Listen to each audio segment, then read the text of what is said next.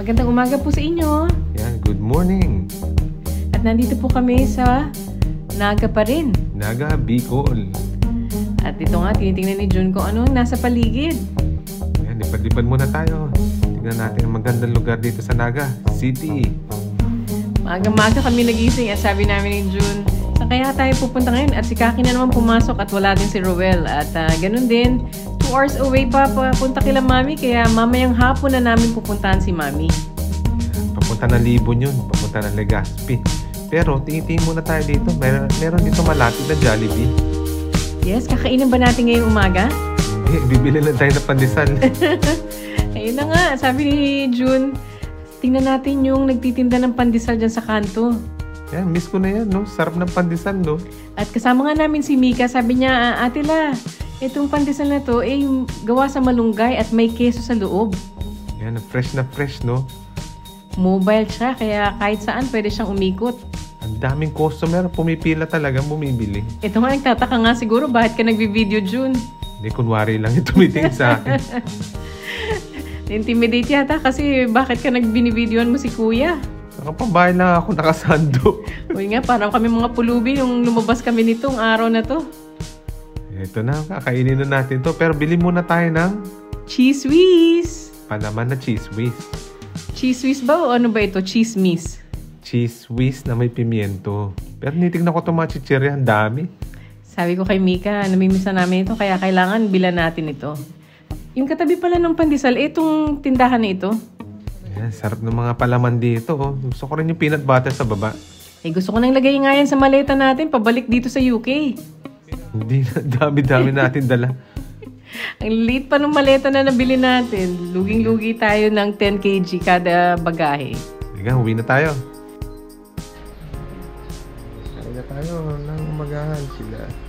Yes, kain na tayo ng magahan at galing tayo dun sa nagtitinda nitong fresh na pandesal. Ang galing, no? Naka-bisikleta lang. Cheese Whiz. May palaman din tayo. At gumawa tayong coffee. Sige, hindi ka na. Kain tayo. Halika, kain po tayo. Magumagahan. Traditional na Pilipinong pagkain.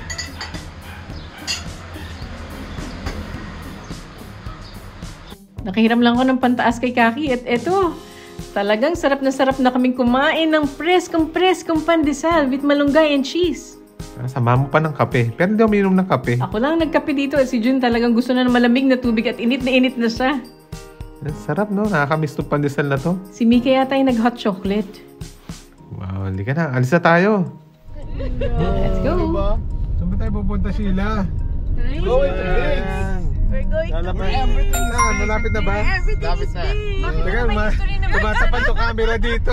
Tanungin mo muna kung anong history ng Biggs kay Ano ba yung history ng Biggs? Yung mga Bicolano dyan, Talaga sure yung ano eh. Pero matagal na siya. Baby pa ako nung nag-open sila. Napaka-educational yun. Nung baby Oh. pa. Well, you can check the Google, no? Pero isa, ang Biggs, isa yan sa mga kainan dito sa Yes. Bicol. Yan. Originated. Isa yan sa mga yung Graceland din, no? Kilala din sa Bicol. Parang, Si June nakarami. Ito yan, no? I don't know.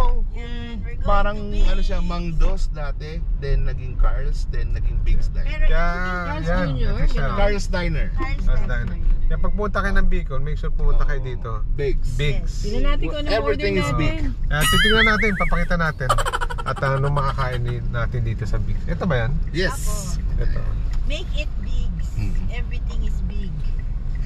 Unplanned moments kasi si Kaki maagang naka-log out sa kanyang trabaho. Yes, gala-gala na. Halika, unahin natin to. Biggs. Sabi niya, we have to try this one at kumain muna tayo kasi 2 hours away papunta kila Mami at the same time matatraffic pa tayo. Kilalang kainan to dito sa may Bicol. First time ko yata kumain dito, June. Ako rin eh, first time. Unless nagbago na yung pangalan. Everything is big, sabi nga ni Kaki at tinitingnan nga namin itong mga, ano ba ito? History ng History Biggs. ng Biggs, no? Ah, sarap naman yan. May ganun, goto lang in order ko.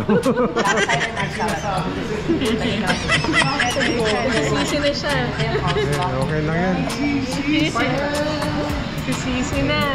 Goto lang in order ko. Parang mali ah. Wow!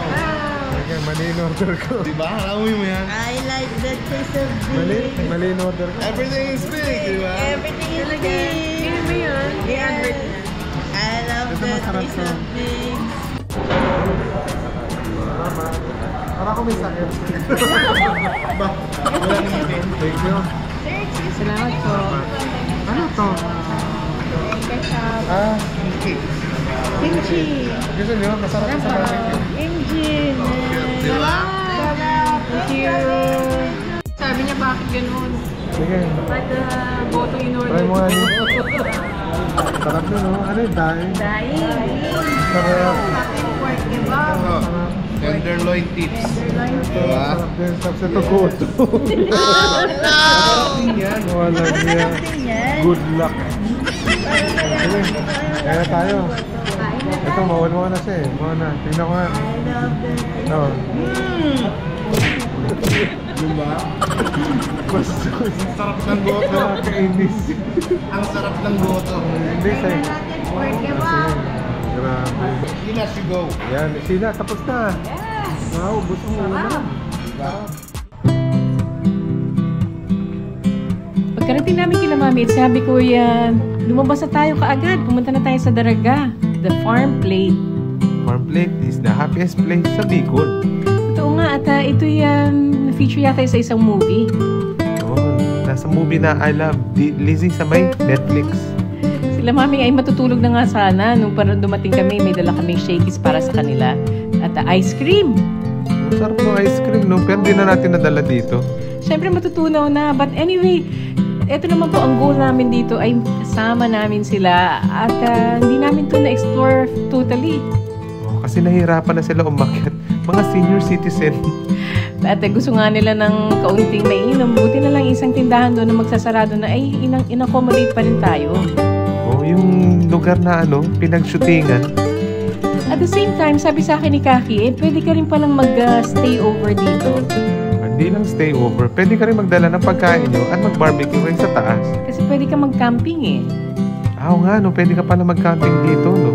Yes, at may dala rin pala tayo yung mga blanket yan. Blanket ba yan or mats? Parang banig eh. Pero Banig nga pala, hindi blankets. kasama na yan doon sa binayaran natin. Marami pong makakainan dito. Kaya lang, halos pa sarado na nung dumating kami. Oh, paggabi na rin kasi nung dumating tayo. Sana extend din na yung oras, no? Totoo. At ito mga senior nga nakasama namin tuwang-tuwa at si Mami Nan sa pagkukuha ng litrato sa akin. Ito pala yung smallest chapel sa Philippines. Talaga, smallest chapel ba ito in the Philippines? Oh, ito daw yun. At sa likod nito, may libingan ng mga fur babies. Ito pala ginagamit din sa mga gustong magpakasal dito. Nabighani nga ako. Ang ganda, sa loob, no? Parang maliit na simbahan. Ay, liit talaga. At sa labas niyan, maraming aso nangungulit. Mabait naman itong mga aso na ito. Mukhang magkakapatid sila eh. Ito, salamat sa panonood. At maraming salamat po sa panonood nyo. We are so overwhelmed with your comments as well. We've not managed to respond to it as yet. There's more vlogs to come. Take care, guys.